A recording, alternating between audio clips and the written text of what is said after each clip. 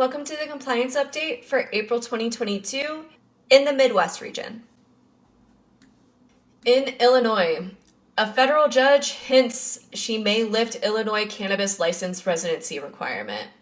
And so if you listened into the Northeastern region, we also dive into this even more with the Maine situation, the residency requirement in Maine. So this is a common theme nationwide, and of course also ties into the Dormant Commerce Clause. So if you're not familiar with that, take a look at the Northeast region, because I do unpack that a little bit further and add some additional resources on how to dive into the Dormant Commerce Clause, which is very important.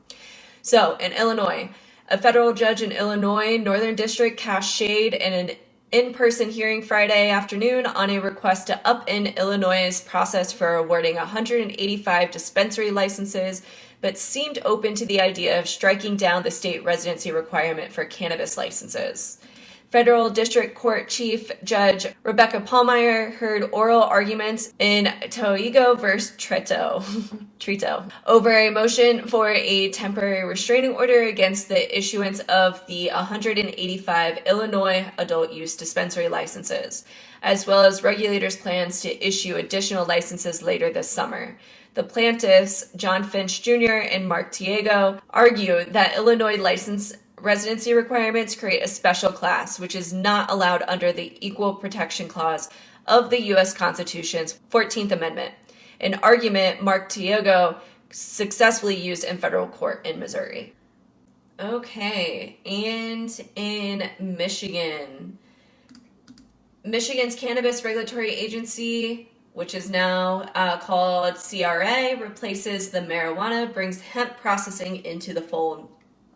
And you will notice I am actually using a software here. So this software is called ProCanna, and full transparency, I am on the advisory board for this company, but is a really powerful compliance tool. So I'm gonna do the updates right out of the compliance tool.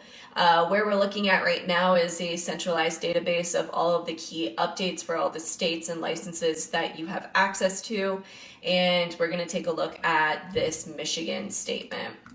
So Governor Whitmore's Executive Reorganization Order, or ERO 2022-1, went into effect today, the date of this article, which was April 13th, 2022. And the Marijuana Regulatory Agency, MRA, is now the Cannabis Regulatory Agency, CRA, with authority over Michigan's hemp processors and handlers under the Industrial Hemp Research and Development Act, also shifting to the new CRA. On February 11, 2022, Governor Whitmore signed the ERO assigning the regulation of processing, distributing, and selling hemp to the newly formed CRA.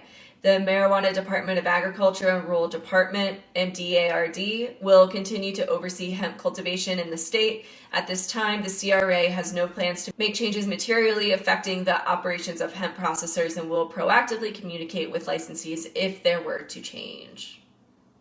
Awesome stuff. I love seeing marijuana cannabis. I think I've said it multiple times today. All right, in Detroit, still in Michigan, Detroit passes long-awaited recreational ordinance, goes into effect on April 20th. So 2 years after the state first legalized it, the Detroit City Council has finally approved an ordinance to license adult-use cannabis sales and production in city limits, a move from residents and social equity and advocates have long been clamoring for. The ordinance increases the number of adult-use retail licenses from 76, which were proposed in earlier drafts, to 100, and creates a lottery system to award licenses to applicants who have not found a location to operate. Lottery systems sometimes can be ripe with lawsuits, so that's kind of why I made a funny noise there, or funny tone. But anyways, although adult use weed sales was legalized in Michigan in 2018, Detroit's history with recreational use has been complicated. City officials hope to make room for lifelong Detroit residents and working class residents with its licensing process, particularly Black residents affected by the war on drugs, and working class residents with its licensing process. All right, and then the next article Michigan regulators nixed plan to convert hemp oil into THC that could have cost operators millions of dollars. Yes, it could have. Michigan cannabis regulators backed away from the plans to allow conversion of hemp oil to THC oil in the state. News met with a big sigh of relief from growers and cultivators. The Cannabis Regulatory Agency, CRA, announced the decision last Friday after concluding there was not enough data on the effects of the products on consumers to support it going forward. The original plan was met with widespread backlash from many companies in the state. All right, and then to just jump back on over to ProCanna. So ProCanna, here's also that Michigan update here with the withdrawn request for rulemaking surrounding the conversion from hemp to THC. All right, and then shifting on over to Missouri. So a ballot measure for recreational cannabis in Missouri claims 200,000 signatures. Cannabis advocates in Missouri who want the state to become the next to legalize cannabis for adult use have reached a new milestone in their ballot drive with 2 weeks to spare.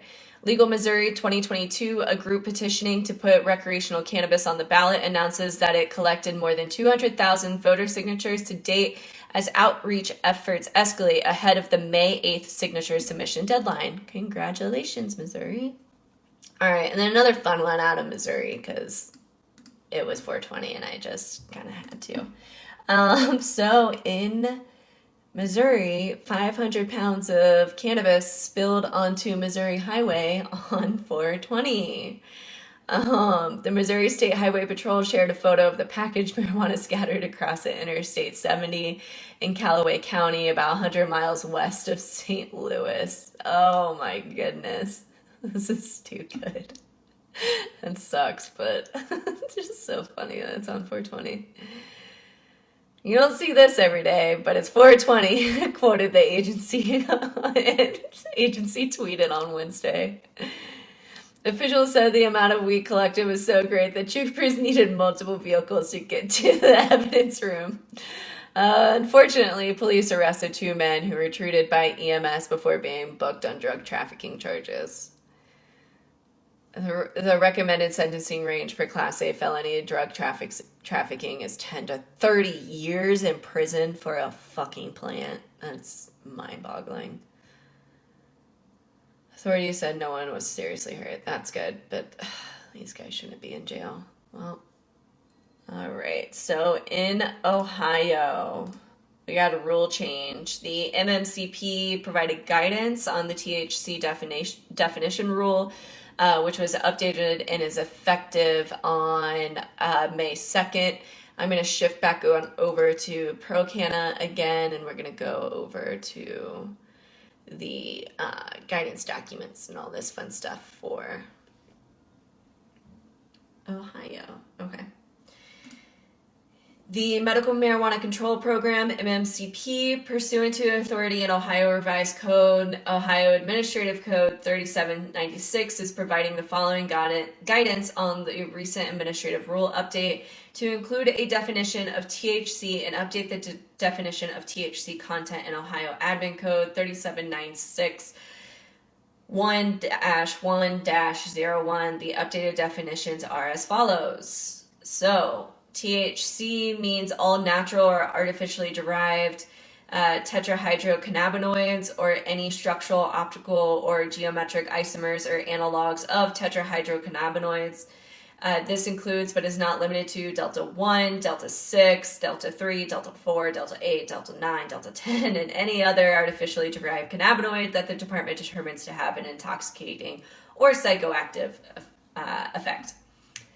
Tetrahydro content or THC content means the sum of the amount of the detectable tetrahydrocannabinoid, THC, and 87.8% of the detectable amount of THCA presented in the product or plant material. All right, and then my last update for you in the Midwest region is South Dakota officially regulates Delta 8, HHC, and THCOA.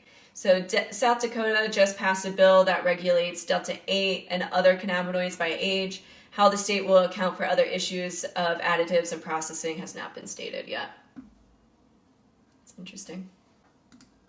Cool. And that is all the updates I have for you today for the Midwest region.